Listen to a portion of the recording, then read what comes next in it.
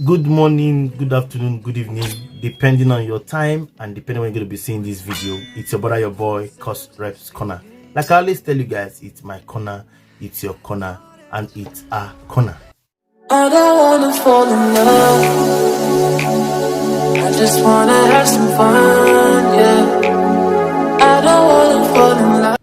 We are compelled to organize this press conference because of the event that is still unfolding from the Joint Admission and Matriculation Board concerning a very young girl, EJIKEME'S, who was previously reported to be the highest scorer in the JAMB exam that just took place, with a mark of 360 or so.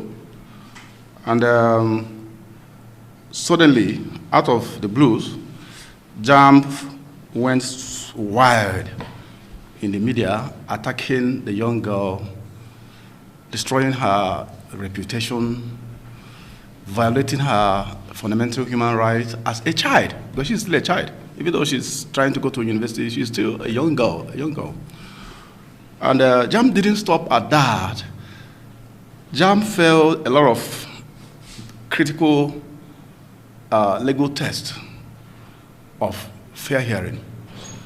If a government institution is accusing a Nigerian citizen, even if the person is a child, just like this girl is, Mmesoma Ejikeme is a child, is still a young girl.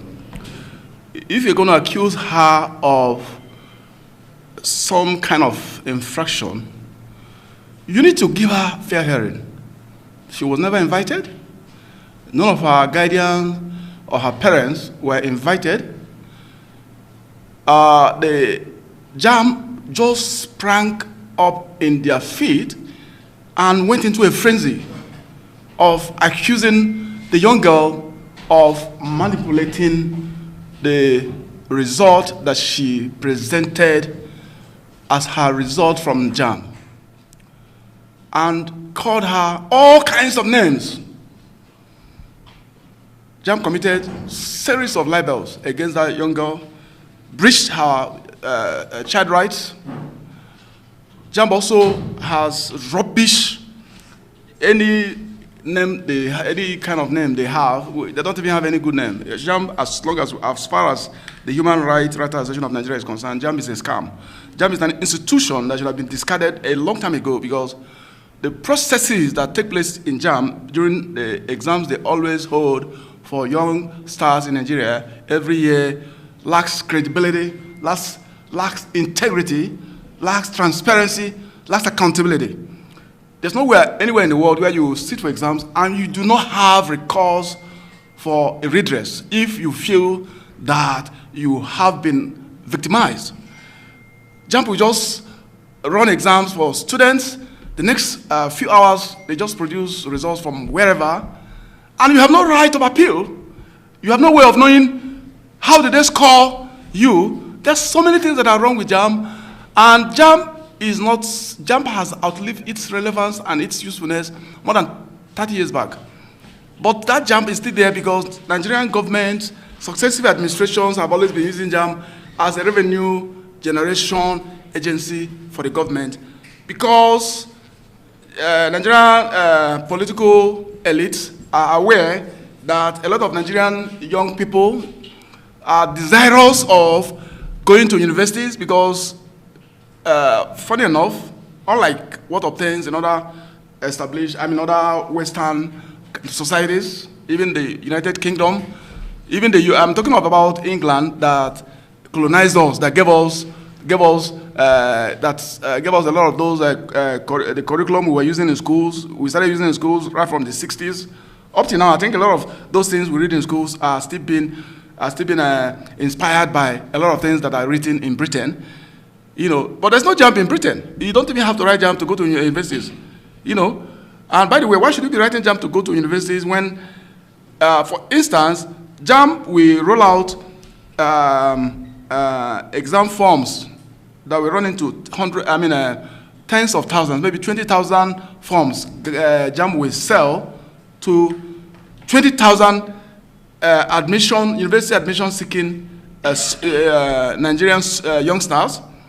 And in actual fact, the available vacancies in the university system in Nigeria is not more than 5,000.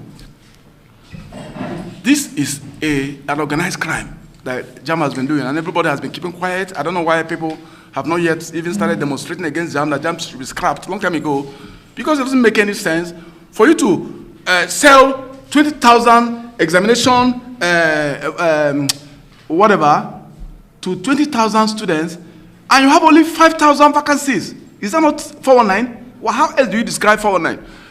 But on this case of this young girl, we in the Human Rights Writers Association of Nigeria would like to address the deeply concerning issue surrounding the Joint Admission and Matriculation Board, and it's alleged, we have the conviction that JAMB's, whoever, what is that his title, sir? The man that's in charge of JAMB, whether they call him DG?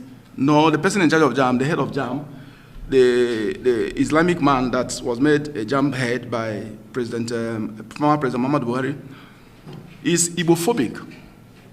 He suffers from igbophobia. Gross incompetence. The majority of the hierarchy of JAMB are grossly incompetent, and they keep violating they violated the child right of this girl, Ms. MMESOMA. We stand firm in condemning JAMB's actions and call for justice to be served, because JAMB took the position they adopted without respecting the principle of fair hearing. You didn't hear from the girl, and you went to the marketplace to shout from the rooftops, accusing the girl of forging her results. How will a young girl like that forge her result? In which way? Did she hack your system? Has she not explained how she wrote out the result sheet she has shown? You said she did that because she wanted to get scholarships. Has she always been getting scholarships up to this point that she had to sit for JAMB, if that is the basis for that allegation? The case of MMESOMA alleged fake JAMB score has ignited a firestorm of public outrage across national dailies and social media platforms. JAMB, without proper substantiation, accused the girl of manipulating her UTME result to fraudulently obtain scholarships and recognitions. This reckless and seemingly official statement has resulted in a relentless condemnation of an innocent girl who reportedly achieved the highest score in the JAMB examination. It is worth noting that JAMB has failed to provide crucial details, such as how the alleged manipulation occurred, when it happened. JAMB this morning, I think yesterday or so, the latest one was that they were saying if they tell us how the little girl manipulated her result, that everybody will be shocked. JAMB, head of JAMB and the spokesperson of that JAMB should cover their faces in shame. They are so shameless to be engaging in market square quarrel with a young girl. JAMB has turned itself into a trader, one local trader in one Dubai market in Ibadan. You are exchanging wealth with a young girl. If you tell us how she manipulated her result, we'll be shocked. That is a statement of idiocy. It is worth noting that JAMB has failed to provide crucial details, such as how the alleged manipulation occurred, when it happened, whether it was an individual act or involved in a group of individuals, or even a specific app or software supposedly used to hack JAMB's database or server. It is clear that the distinction between manual and electronic manipulation has been deliberately blurred by JAMB. By launching these baseless accusations against EJIKEME, JAMB has not only undermined her reputation, but has shown a complete disregard for her rights as a child, as outlined in the Child Rights Act of 2003. Section 11C of the Child Rights Act explicitly states that every child is entitled to respect for their dignity and should not be subjected to attacks upon their honor or reputation.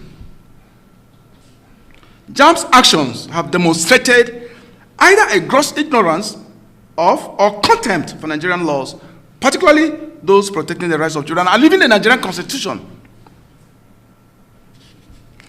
We believe that JAMB's motive, particularly the head of JAMB, his motive behind the senseless attacks on this girl is rooted in igbophobic discrimination. The repeated mention of Anambra State and innocent in their ill-advised public statements suggests a biased agenda aimed at undermining a young girl's achievement simply because of her geographical and ethnic background. This reprehensible act is a clear violation of the principles of fairness, equality, and the rights of the Nigerian child. They also mentioned a case of a young guy from my place of birth in Southern Kaduna, that in the case of that young person, that he doesn't even have the basis for even parading the result that he paraded. If JAMB is making that allegation against these two people, then something is wrong with JAMB. This same JAMB that cannot even seamlessly conduct exams, this same JAMB whose system, computer system and the rest of them are open to all sort of manipulations and hacking, is not worth existing any longer. JAMB should be scrapped. JAMB is a scam, a national scam that everybody has allowed to continue. A lot of people have been victimized by JAMB in the last 30 years of the existence of JAMB. For instance, we cited an instance. Is it not a case of 419 advanced fee fraud for an institution of government to set exam for 20,000 people when in the real facts only 5,000 vacancies exist? What is the essence of setting up JAMB? Is it for money-making, money-making machine? And how is the money of JAMB being utilized? Is it the same kind of money that they tell us that snakes have swallowed? Is that a snake is swallowing JAMB's money, or the head of the place is cutting away all the money with his family? The last person that was something has been going in and out of ICPC cell for allegedly looting JAMB. JAMB has become a cesspool of corruption. JAMB has become a cesspool of corruption and an industry of education scam. It should be thrown out immediately. We're going to provide a statement, and we're also going to provide a detailed statement about what we mean by fair hearing. Fair hearing. If you make an allegation against someone and you don't observe the principle of fair hearing, those allegations, to the extent of your refusal to observe fair hearing, is totally null and void. And JAMB is not a court of law to ban somebody from writing an exam for 3 years. That is a stupid. That is an act that lacks any kind of logic.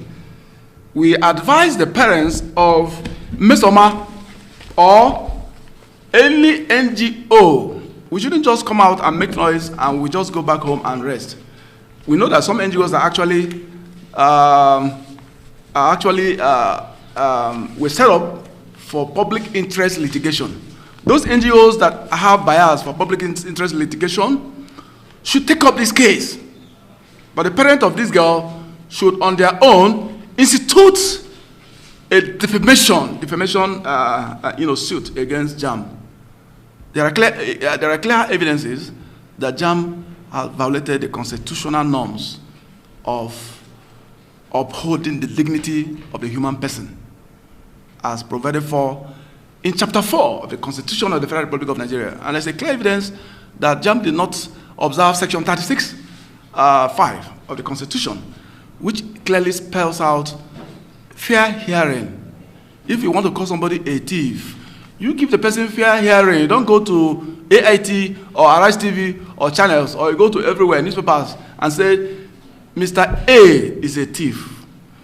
The head of JAMB, how will he feel if his daughter, if at all he's a parent, how will he feel if his daughter, because a real parent will not behave the way they are behaving, even the man that is a spokesperson, because the head of that JAMB is not the one signing those illogical and fallacious statements. He didn't sign it, but maybe he got the permission from the head of JAMB. If he's a parent, how will he feel if his daughter is the one that an institution of government will come out and say, you are a scammer, without any verifiable evidence, without any empirical evidence to back up your sensational allegation? before we conclude, there are certain things I also want to say. Please, just read our text. You will see that the head of that JAMB has had cocktails of allegation of fraud. Even as VC of University of Ilorin, is the man that has a very terrible record, has been anti-union, is anti-ASU, he's been anti-union, he's not a kind of person that should be in the academia. Long outlive her usefulness, even as far back as 30 years ago. Apart from the fact that JAMB is not even supposed to be in existence at all, because Nigeria is such a very big, complex country. When JAMB started, there were very few universities that were in existence, and JAMB started rolling out forms for students to buy. They buy the forms, they take exams, and at the end of the day, only about less than 30% of the vacancies that ought to be filled are available. Apart from that fact, which underscores our belief that JAMB is a machine for advanced fee fraud on behalf of certain persons in government, because JAMB's money doesn't benefit anybody, apart from snakes that used to steal their money. They will tell you snake has swallowed the money. Then secondly, why do you have to set exam on behalf of universities that ought to be autonomous?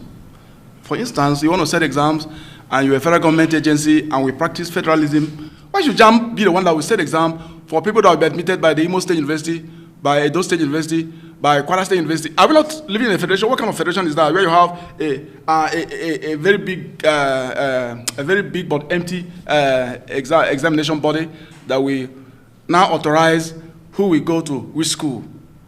That is very, very wrong.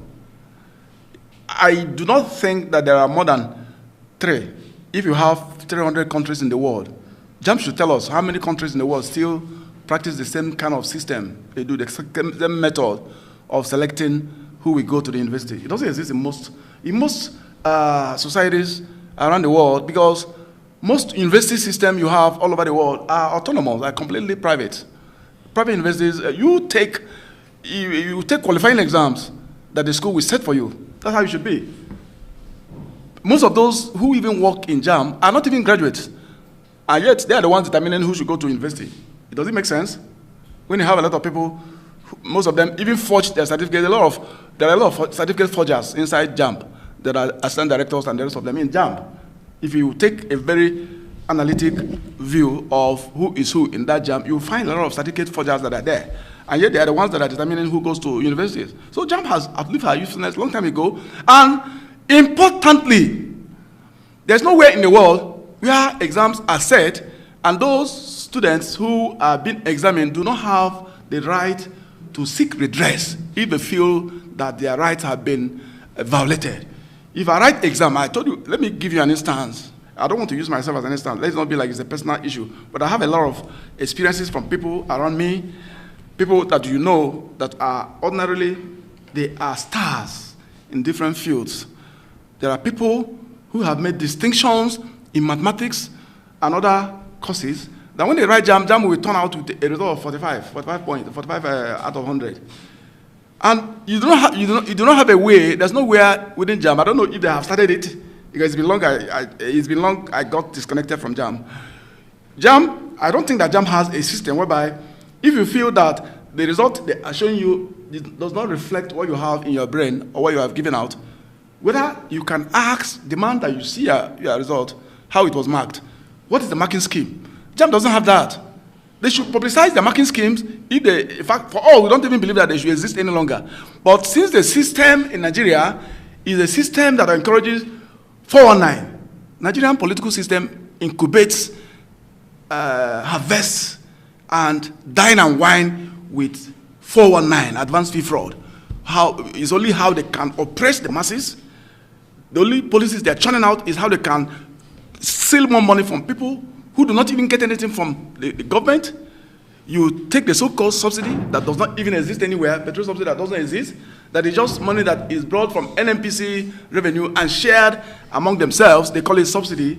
Now, there's no subsidy anywhere that exists. Instead of you to run a proper subsidy where you will find a way of making sure that people who are traveling from one point to the next point. We enjoy fair transportation, fare. You don't do that. You take it away, and you impose a lot of taxations. Now they are bringing a new one they call ownership, whatever, car ownership, whatever, that they want to also share. They're not satisfied with all the looting they're doing. So, JAMB is a cesspool of corruption. JAMB is a house of scam. And I've elaborated all the methods they are using to rob the ordinary youngsters, and they have escalated their criminality by attacking individual candidates. You said somebody forged her result. How did she forge her result? What process did you take to analytically and conclusively determine that she forged her result? Did you respect the constitutionally guaranteed principle of fair hearing? No, it wasn't even observed. You just treat students, you just treat them like just ordinary thieves on the street. Even a thief on the street is not, you don't go to TV and say this man is a thief. You don't do that. You don't do that. Maybe that JAMB is copying from what the police is doing. When police will arrest somebody who has not yet been convicted as a thief, police will call the person a thief and parade the person on TV stations. All of you that are here will now carry the person on the front page, and the person becomes a thief. When the court has not even entertained that matter, JAMB does not have the right to destroy the reputation of this girl, even if, assuming, without conceding, that JAMB is correct in their conclusion. The processes they took to reach a determination is criminal. That's why we're saying there is Igbophobia in JAMB. And they will say, what is Igbophobia? What about the guy from Southern Kaduna that also forged his certificate? Then we say, why the emphasis on Anambra? The Anambra girl, in that their statement they released, those two statements they released, always Anambra everywhere. What is scaring the head of JAMB about Igbos and Anambra? What's his problem with Anambra? What is his problem with Anambra? Thank you.